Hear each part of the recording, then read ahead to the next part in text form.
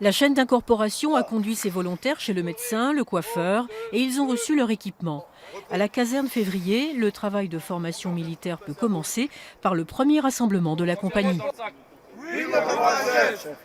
Pendant 4 semaines, ces 18-25 ans suivront notamment des séances d'ordre serré et très vite, la rigueur militaire va en surprendre certains.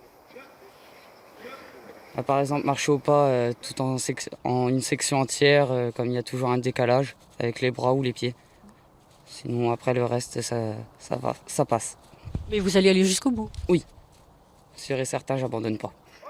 Ces quelques 110 jeunes sélectionnés pour le service militaire volontaire mis en place à Châlons-en-Champagne vont, dans un cadre structurant, aller vers une insertion citoyenne et professionnelle. 67% d'entre eux sont sans diplôme ni qualification.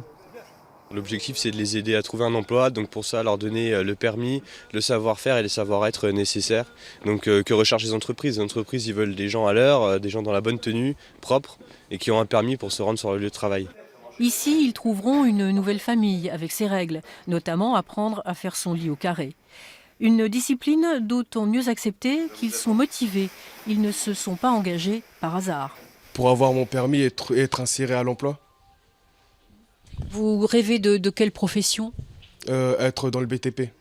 Pour être tout à fait complète, la formation comporte également des cours théoriques, comme ici, avec un atelier topographie. L'un des buts du service militaire volontaire est de travailler l'autonomie. Les filles représentent un quart des effectifs. Elles doivent apprendre à s'imposer et ce n'est a priori pas toujours évident. En tant qu'élève de jour déjà, on doit mettre toute la compagnie en rang, les sections en rang. Et être une femme, c'est un peu compliqué. Les hommes ont tendance à avoir du mal à nous écouter, quoi. Filles ou garçons ne sont jamais seuls. Un cadre est toujours à leur côté pour un dialogue permanent. Des cadres, eux aussi volontaires, pour mener à bien ce projet. Courses d'orientation, tests pour évaluer le niveau sportif des jeunes sont aussi au programme. Au bout de quelques jours, certains ont renoncé. Le départ, vraiment, dans la première semaine, c'est des gens qui sont venus, qui voulaient voir, mais après, ça ne correspondait pas à leurs attentes, donc à ce qu'ils recherchaient.